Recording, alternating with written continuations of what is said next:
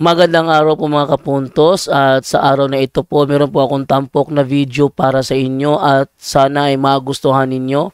Kaya sa mga bago pa po sa aming channel, please po don't forget to hit the subscribe button at ang notification bell para maging notified kayo sa bawat video na ilalabas ko sa channel na ito. At bilang kahilingan po ng punto por punto team at naway maintindihan po ninyo, sana po wag nyo pong i-skip yung mga ads sa aming mga video. Sa maliit na bagay na po na yan, malaking tulong po yan sa ating programa at sa ating ministry. Sana po maunawaan po ninyo. Maraming salamat po, kaya wag na po natin patagalin. Simulan na po natin.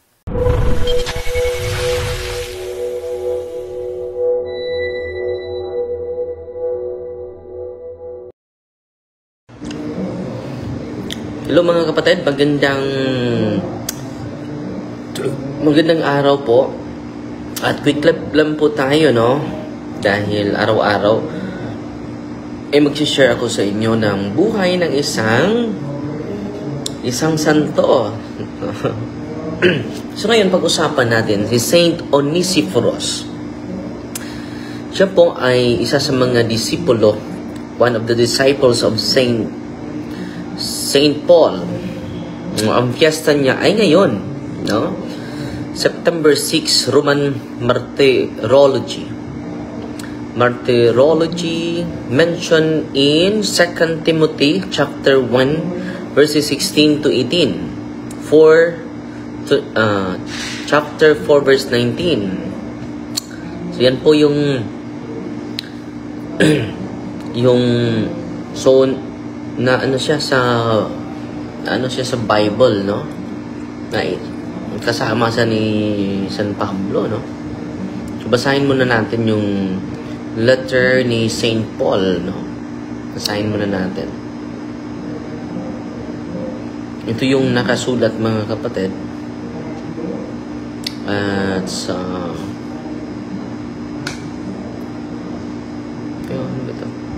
wait muna mga kapatid, ha? 4:19.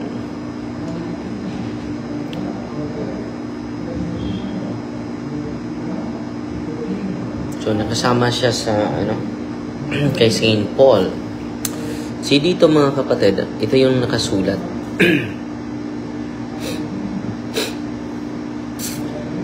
May the Lord grant mercy to the household of Onesiphorus, for he often refreshed me and was not ashamed of my chains. No?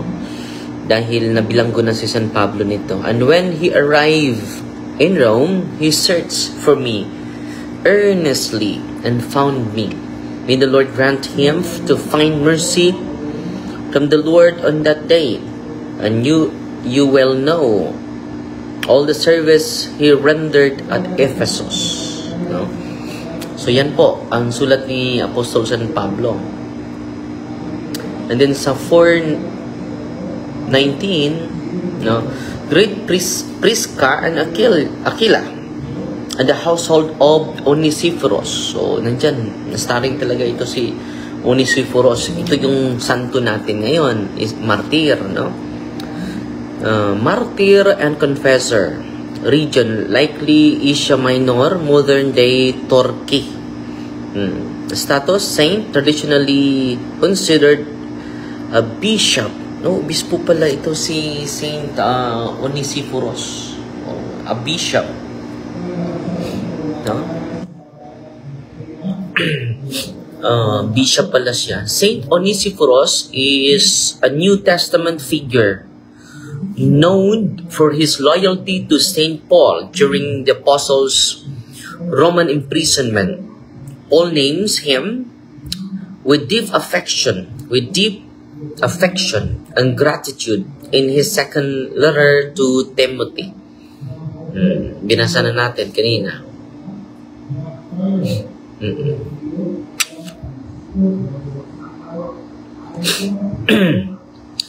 This suggests Onesiphorus was a faithful disciple and a friend to Paul during dangerous times. So hindi niya pinabayaan si San Pablo. Ito yung naging contribution niya sa buhay sa isang apostol. No? Patuloy tayo. Was likely from Ephesus, where Timothy was stationed. Pinadalhan siya ng sulat.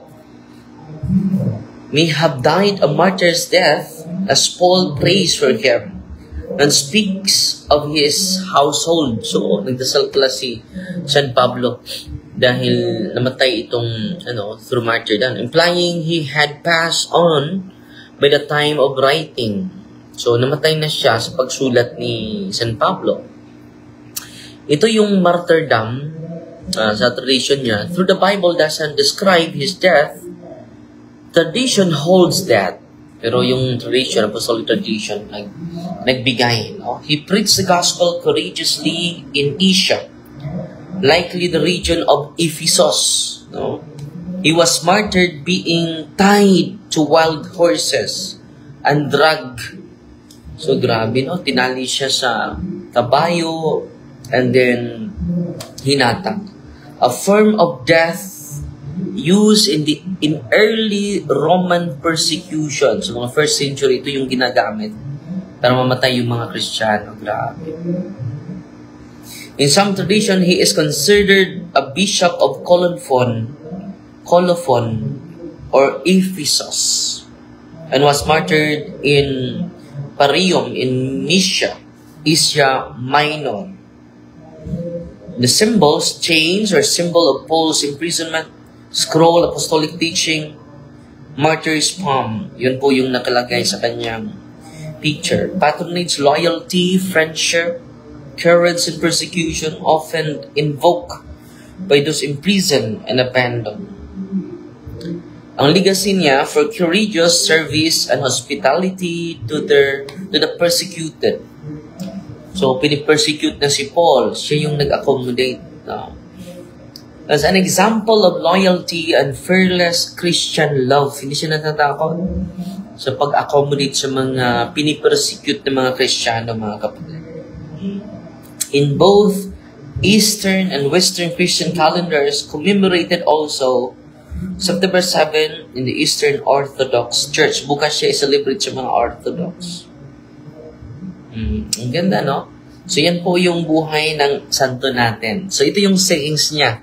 Magbibihis na ako dahil 12:45 ang misa tayo. Saint Onesiphorus, martyr, the world remembers kings and serfs, but heaven records chains born for love.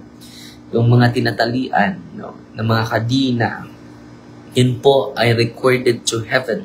So, yung mga persecution natin, yung mga challenges natin, ay heaven records. All our pain, heaven records.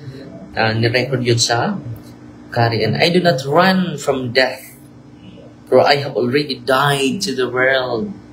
Hindi ako natakot mamatay dahil patay na po ako para sa mundo.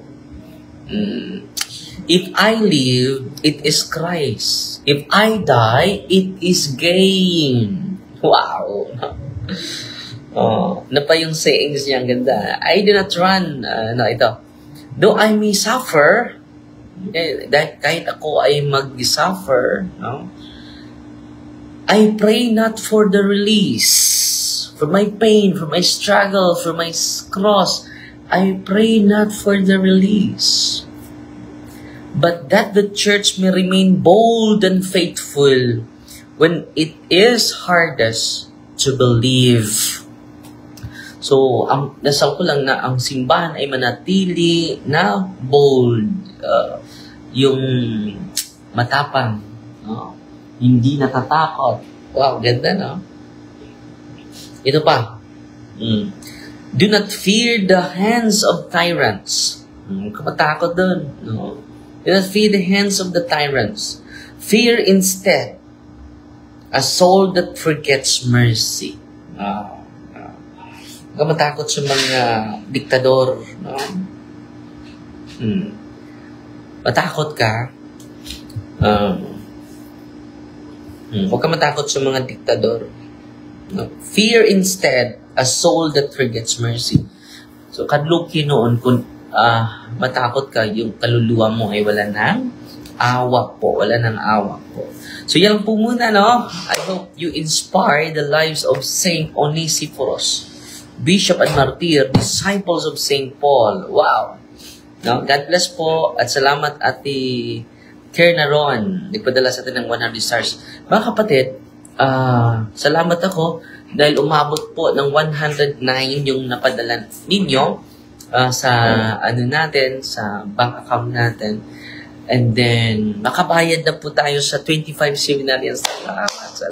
Salamat po. Ang Diyos na po magsukli sa kabutihan niyo. In the name of the Father, and of the Son, and of the Holy Spirit, amen. Our Father, which in heaven, hallowed be the name, the kingdom come.